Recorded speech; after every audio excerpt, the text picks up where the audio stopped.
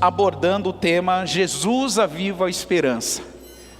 E entendemos que esse tema faz muito sentido, porque durante todo o ano, a nossa esperança, por causa de circunstâncias, processos, por causa de frustrações, a nossa esperança foi terrivelmente atacada. Muitas pessoas, elas estão com uma esperança desgastada, abatida. Muitas pessoas estão desfalecidas na fé. E quando a gente fala de Jesus, o apóstolo Pedro diz que Ele é a viva esperança. E o apóstolo Paulo diz que Cristo em nós é a esperança da glória. Em outras palavras, em Jesus nós encontramos motivo para sermos renovados em esperança. E eu creio que através da palavra nós somos renovados em esperança. Alguém concorda comigo? Amém. A fé vem pelo ouvir e ouvir a palavra de Deus. Então eu quero te convidar a abrir a sua Bíblia em Romanos capítulo 5. E a gente vai ler dos versos 1 a 5. Romanos capítulo 5 e verso 1 a 5.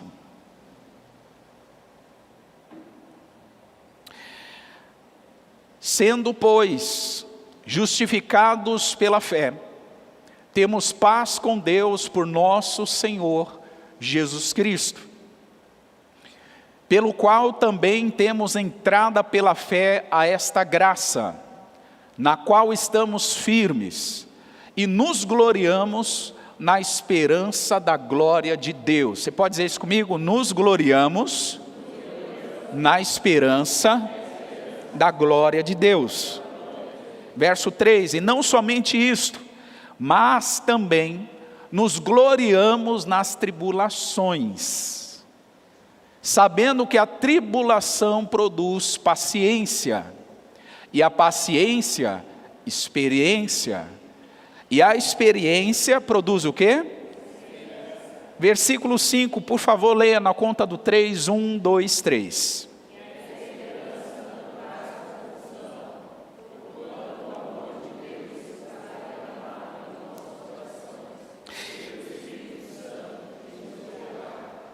Meus irmãos, esse texto de Paulo, escrito à igreja de Roma, é um convite ao resgate da esperança.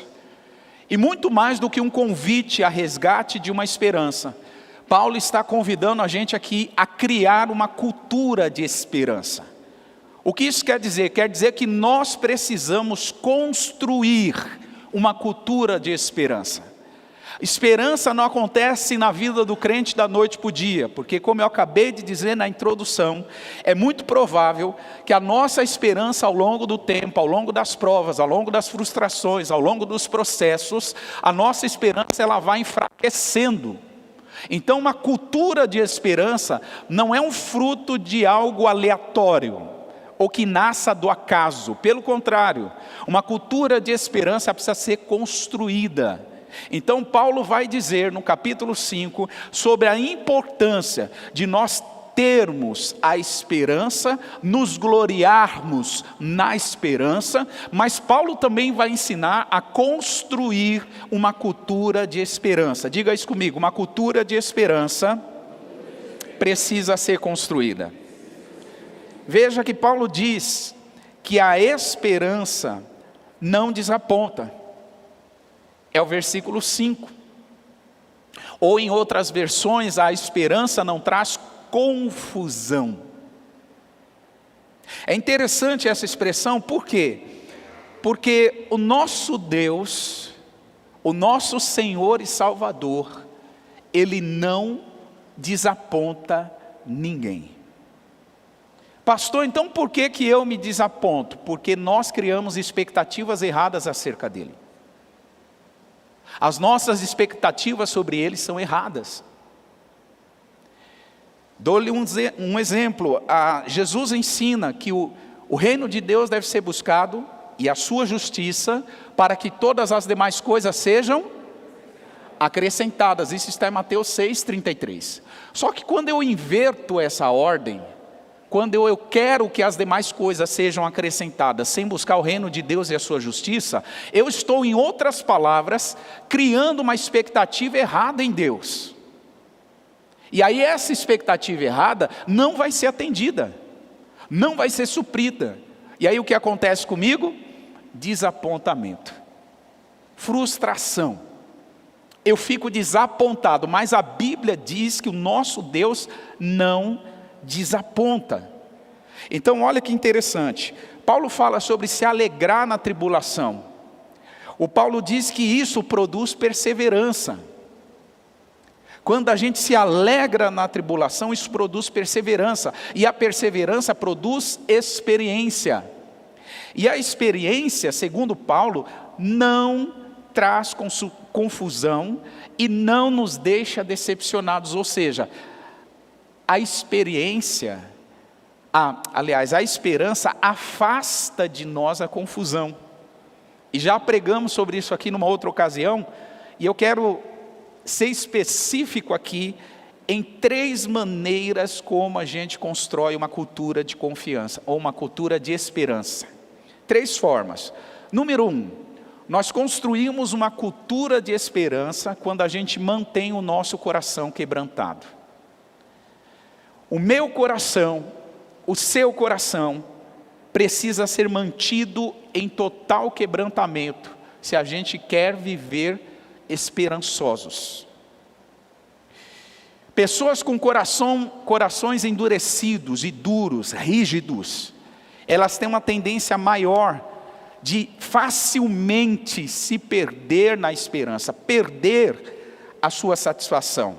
Olha o que o Salmo 51, verso 17 diz: os sacrifícios para Deus são um espírito quebrantado, a um coração contrito e quebrantado não desprezarás, ó Deus.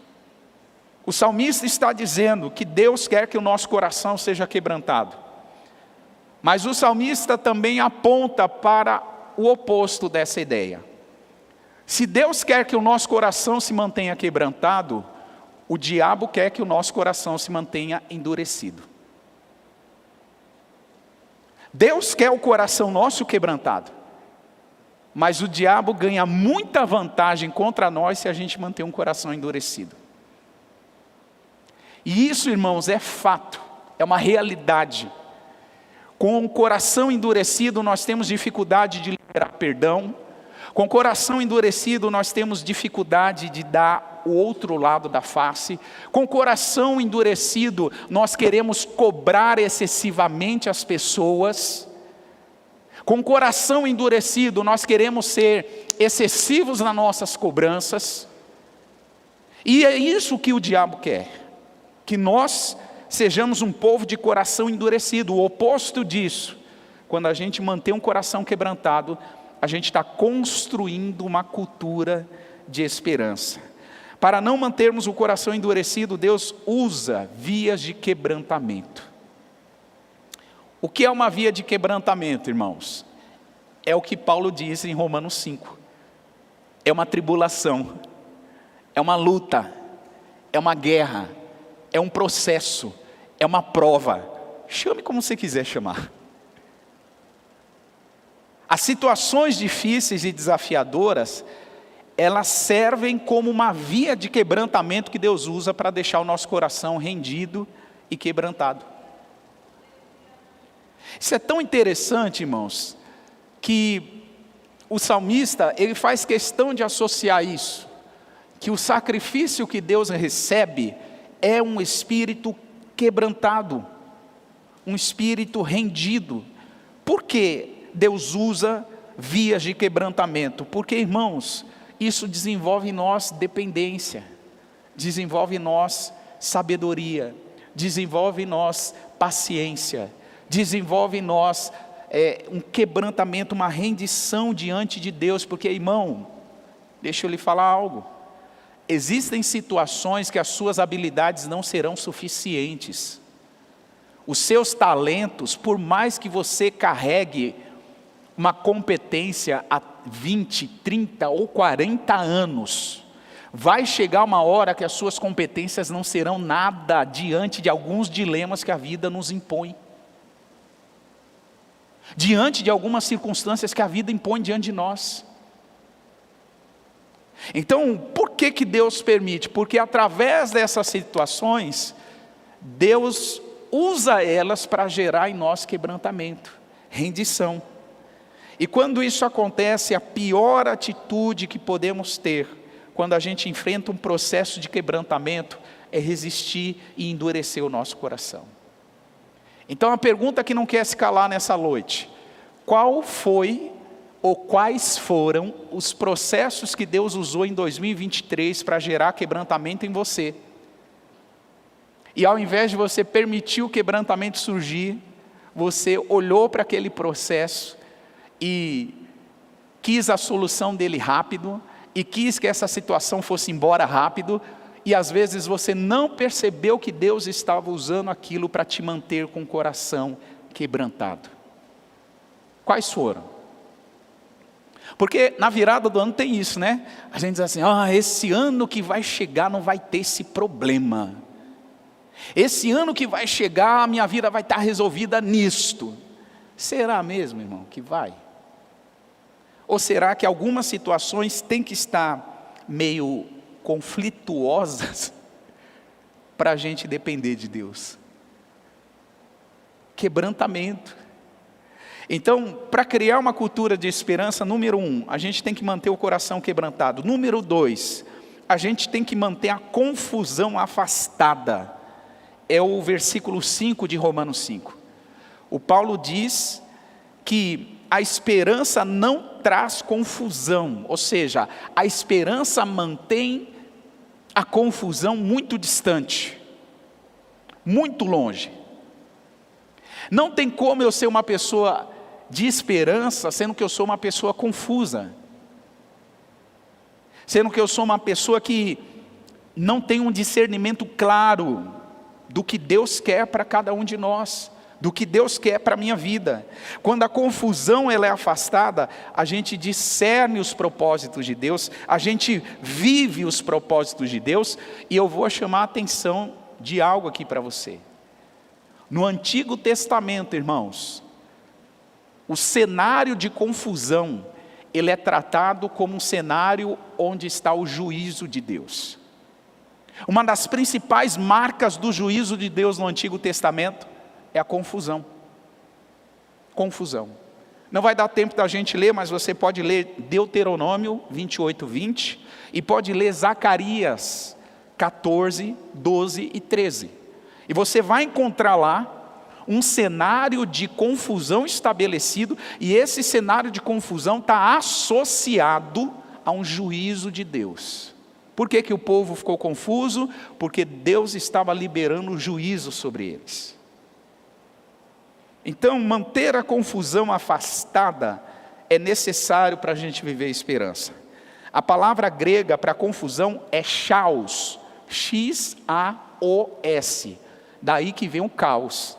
Olha que interessante, onde tem confusão tem caos, onde tem confusão tem desordem, onde tem confusão tem engano, tem embaraço, tem trapaça, tem perturbação, tem falta de clareza, tem dúvidas, tem incerteza. Onde tem confusão, irmãos, não há como você tocar uma vida saudável. Tudo por quê? Porque a confusão, ela é um instrumento no Antigo Testamento de juízo de Deus. Abre comigo 1 Coríntios 14, e eu quero ler com vocês o versículo 33. 1 Coríntios 14, 33, diz a palavra: porque Deus não é um Deus do que, gente? Senão, como em todas as igrejas dos santos. Paulo está dizendo à igreja de Corinto sobre a ordem no culto. Ele fala sobre dons, ele fala sobre a ordem no culto.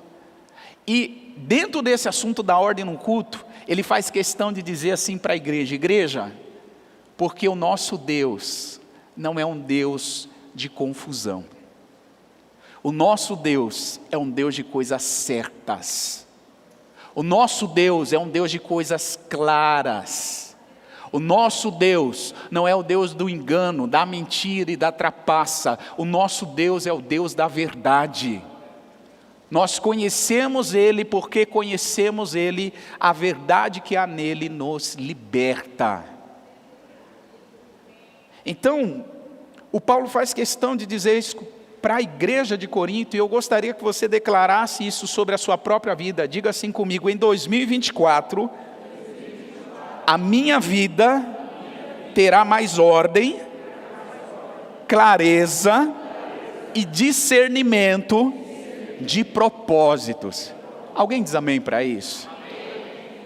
Que a sua vida seja menos caótica no ano que vem, meu irmão. Que a sua vida seja menos desordenada no ano que vem. Pastor, eu não consigo colocar minha vida em ordem. Jesus quer colocar a sua vida em ordem.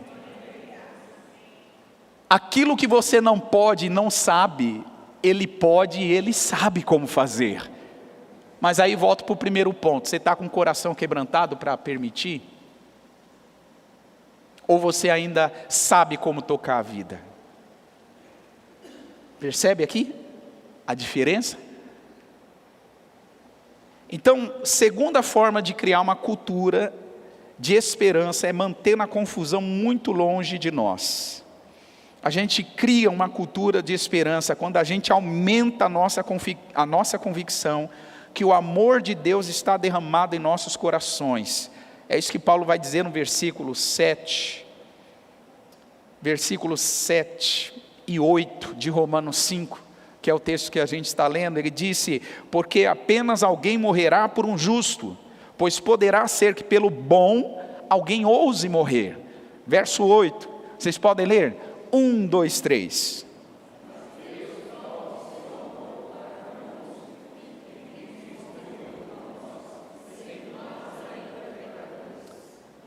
Deus provou o amor dele por nós. Cristo morreu por nós enquanto nós éramos ainda pecadores. E no verso 5 Paulo vai dizer: o amor de Deus está derramado no nosso coração, através do Espírito Santo que nos foi dado.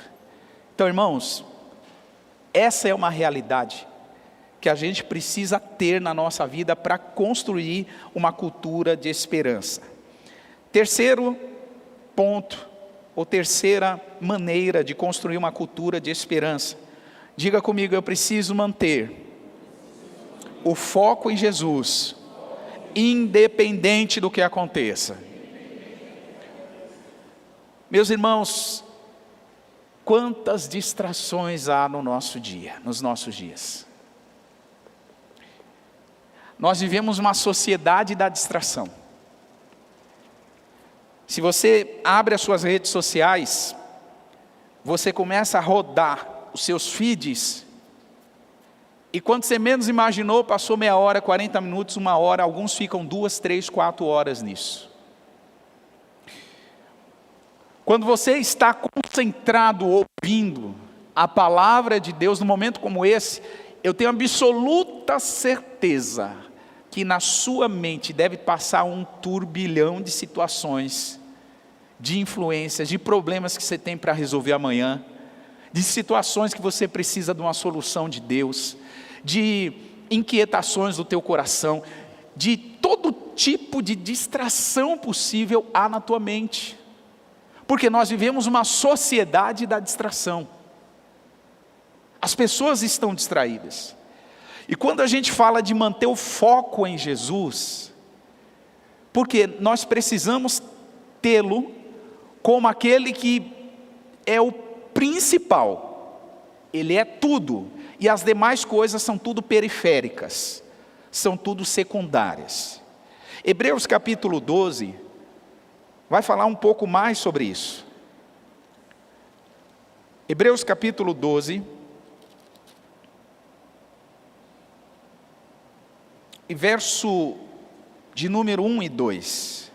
Portanto, nós também, que estamos rodeados de uma tão grande nuvem de testemunhas, Deixemos todo embaraço. Diga comigo, o embaraço é uma distração. E o pecado, diga comigo, o pecado é uma distração. Que tão de perto nos rodeia. E aí ele diz assim: corramos com paciência a carreira que está proposta. E aí no verso 2 ele vai dizer: olhando para Jesus. Olhando para Jesus. Se o escritor aos Hebreus estivesse aqui hoje falando para nós, sabe o que ele falaria usando esse texto? Livrem-se de todas as distrações e persigam um alvo que é Jesus. Abram mão de tudo e olhem para o alvo que é Cristo. Corra na direção dele, avance na direção dele. Ele é o autor e consumador da fé. Ele suportou com a cruz, desprezou a vergonha ou a afronta e assentou-se à destra de Deus, olhando para Jesus, mantendo foco nele. Como é que você constrói uma cultura de esperança, irmão? Livre-se de uma vez por todas das suas distrações. Eu sei quais são as minhas. Você sabe quais são as suas. Livre-se desse negócio urgente, se você quer ser alguém de esperança. Se você quer ser alguém que renova a esperança, se livra disso rápido e mantenha Jesus como foco. Porque fazendo isso, segundo a palavra, a gente vai avançar para o objetivo, avançar para a linha de chegada, avançar para o destino final, que é a eternidade ao lado do Senhor. Lucas capítulo 21 e verso 25. O próprio Senhor Jesus, ele ensinou sobre como a gente manter o olhar focado nele. Está escrito, Mateus 21, 25, Lucas 21, 25. Haverá sinais no sol e na lua e nas estrelas e na terra, angústia nas nações, perplexidade pelo bramido do mar e das ondas. Homens desmaiando de terror, na expectativa das coisas que sobrevirão ao mundo, porquanto os poderes do céu serão abalados. Versículo 27, então verão vir o Filho do Homem numa nuvem, com poder e com grande glória. Versículo 28, eu gostaria que você lesse. 1, 2, 3.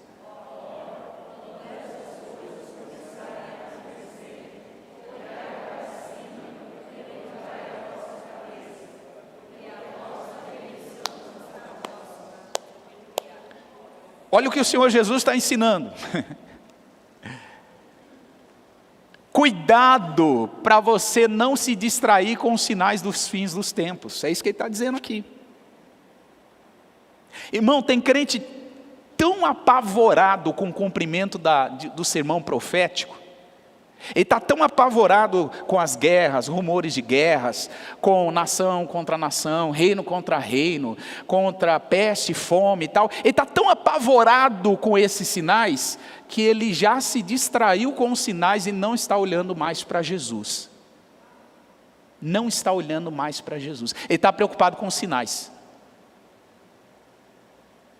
Jesus está dizendo aqui, e foi narrado por Lucas, os sinais vão acontecer, a perplexidade das nações, a angústia das nações vai acontecer, os homens vão desmaiar de terror, sim, a expectativa, em relação à expectativa das coisas que virão, vai ter sinais nos céus, os poderes do céu serão abalados, mas, quando tudo isso estiver acontecendo, disse Jesus, olhe para cima,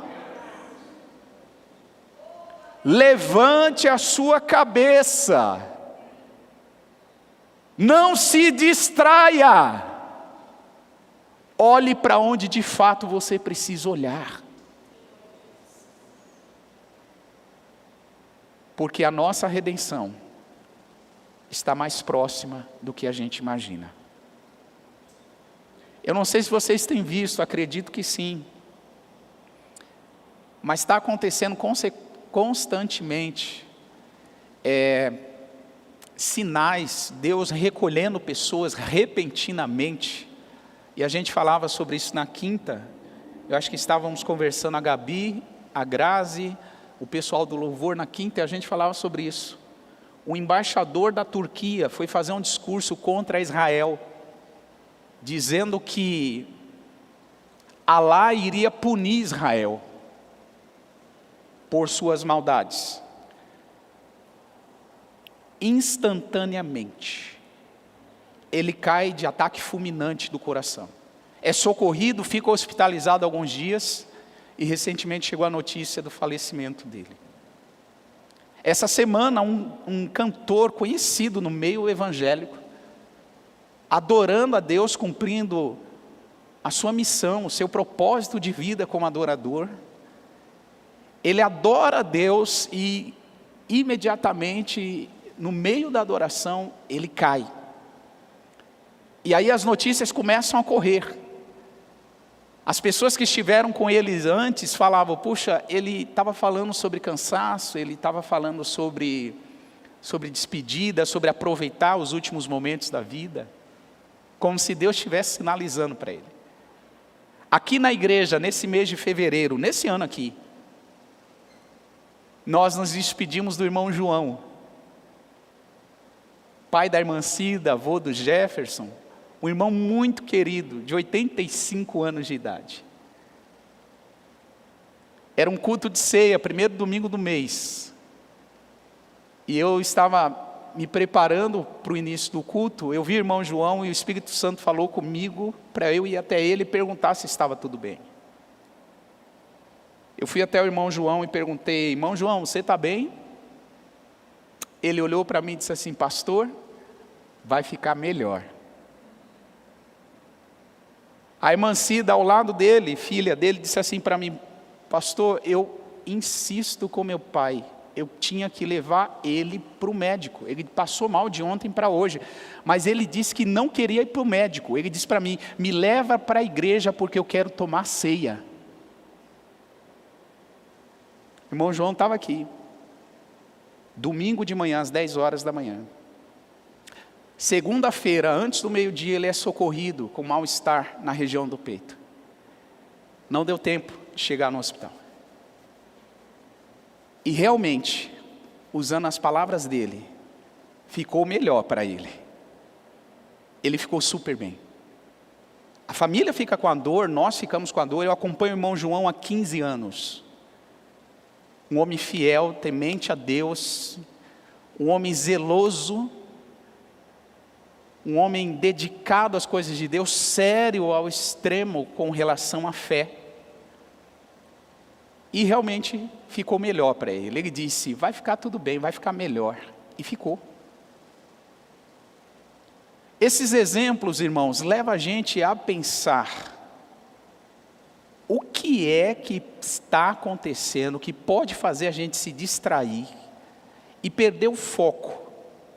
Esses são exemplos de pessoas que mantiveram o foco. A pergunta é, o que está te distraindo? O que está fazendo você perder esse alvo? Essa atitude de olhar para cima, levantar a sua cabeça, olhar para Jesus, que é o autor e consumador da nossa fé. A minha oração é que você encerre 2023 se livrando daquilo que te causa distração. Que você se livre das suas distrações para você manter o foco em Jesus. Ele merece o seu foco. Ele merece sua total atenção. Ele sim merece ser honrado e exaltado. Eu quero te convidar a orar, por favor, se coloque de pé. Ministério de Louvor, por favor, se posicione. E eu quero orar com você. E a nossa oração é nesse sentido. Você precisa, eu preciso, nós precisamos construir uma cultura de esperança. Para que essa cultura seja construída, em primeiro lugar, a gente precisa manter o coração quebrantado. Em segundo lugar, a gente precisa manter a confusão afastada. Em terceiro lugar, a gente precisa manter o foco em Jesus, independente do que aconteça. Independente do que aconteça. Vamos orar. Obrigado, Senhor. Obrigado pela sua palavra. Obrigado, Jesus, porque Tu és a nossa viva esperança. Obrigado, Jesus, porque o Senhor em nós é a esperança da glória. Como é bom ouvir a Tua voz e como é bom saber que nós podemos nos livrar de todo embaraço e todo pecado que tão de perto nos rodeia. E podemos correr com perseverança, com paciência a carreira que está proposta, Senhor. Pai, eu te peço aqui nesta noite, que o poder do Seu Espírito revele a nós o dano, o prejuízo que as distrações estão nos causando, Senhor. Revela a cada um de nós o quanto a nossa vida está sendo atrasada, o quanto nós estamos nos distanciando do foco, o quanto nós estamos nos perdendo por causa das distrações. E Espírito Santo não só nos revela, mas que pelo poder do Seu Espírito a gente saia daqui nessa noite posicionados, olhando para Ti, olhando para o que o Senhor fez na cruz por nós, olhando para o Teu sacrifício. Jesus, Tu és a nossa esperança, em Ti confiamos e aguardamos. Por isso, Senhor, opera e realiza as Tuas obras aqui sobre nós. Nós queremos honrar, nós queremos Te agradecer, e nós queremos, Pai, finalizar 2003 livres das distrações. Nós queremos iniciar 2024 focados no Senhor. Aleluia.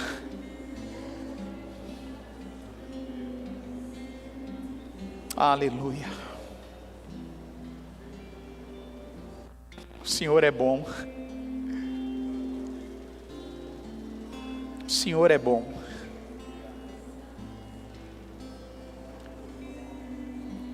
Irmãos, enquanto a gente estava orando, o Senhor me mostrou duas pessoas aqui, que estão embaralhadas com distrações, tão embaralhadas, que essas distrações, elas podem ser o motivo da sua morte precipitada. Estou falando diretamente, porque foi assim que o Senhor me mostrou. Distrações que estão te paralisando, de tal modo que se você não se livrar delas, essas distrações podem ser a causa de uma morte precipitada. São duas pessoas, um homem e uma mulher. E nós queremos não te expor. Nós não queremos te envergonhar. Nós cremos que a voz do Espírito Santo traz revelação, mas traz também decisão, posicionamento. E você que sabe que está nessa situação e precisa sair urgente, nós vamos orar. E nós vamos declarar,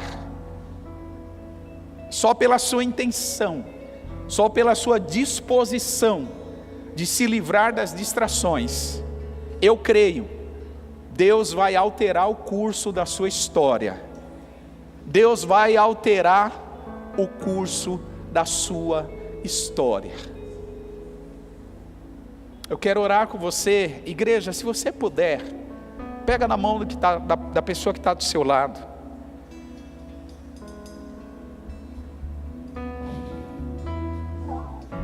Você orou por você. Agora eu gostaria que você orasse por essa pessoa que você deu a mão. E comece a orar para que o Espírito Santo traga para esta pessoa posicionamento para se livrar das distrações.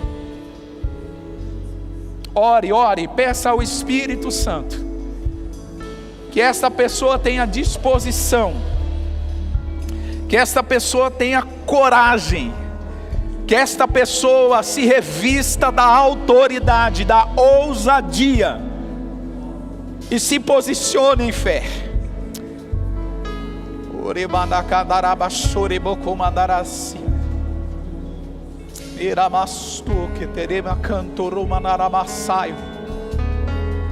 Pai, aqui estamos diante da sua presença, Senhor.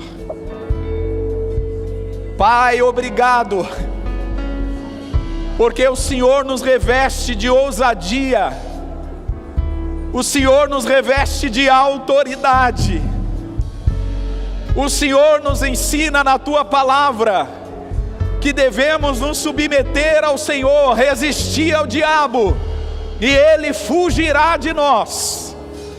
E nós queremos, Pai, declarar sobre a vida dos nossos irmãos todo o embaraço, toda a prisão, toda armadilha que as distrações têm causado, Senhor, em nome de Jesus, que elas sejam canceladas e desfeitas agora, pela autoridade do nome do sangue de Jesus. Nós declaramos: distrações se afastem agora.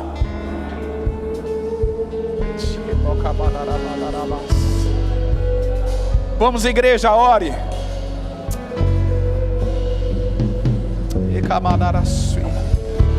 Vamos, igreja, ore, interceda. Clame, clame pela pessoa que está do seu lado. Eramachai, Oteramanarabassoi, Eramabacanto Romanarassa, Eramabassui Keterebecos,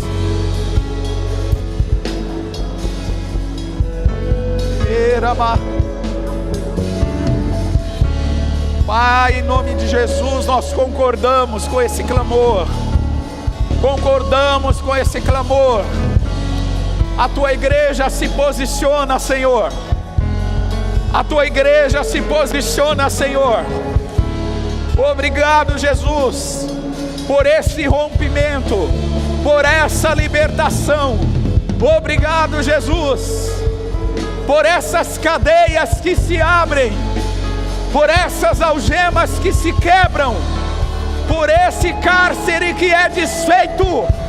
Nós te agradecemos. Eis que dará madarácia. Nós te honramos, Senhor.